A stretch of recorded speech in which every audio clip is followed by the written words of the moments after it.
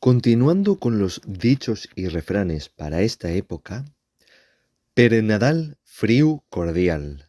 Cordial en el segundo sentido como cuerdo cabal. Hace referencia a que el frío es lo propio para estas fechas. Un frío cabal. Per Navidad, corderinos habrá. Per Año Nuevo, corripiu en lleno. Como se expresa en otros refranes, entre noviembre y diciembre se considera el periodo propio para parir las ovejas. Per Navidad, l'ayu nin nació, nin por semar. Se supone que está sembrado desde noviembre, pero aún no nació ni puede recogerse hasta más avanzado enero o febrero.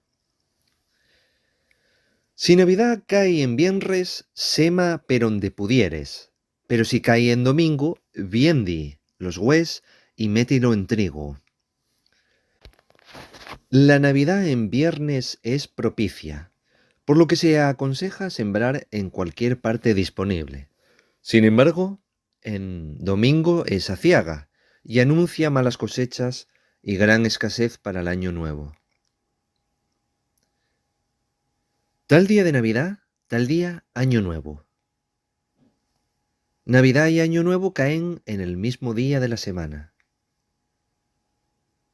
¿Qué te parecen los refranes navideños de Güey?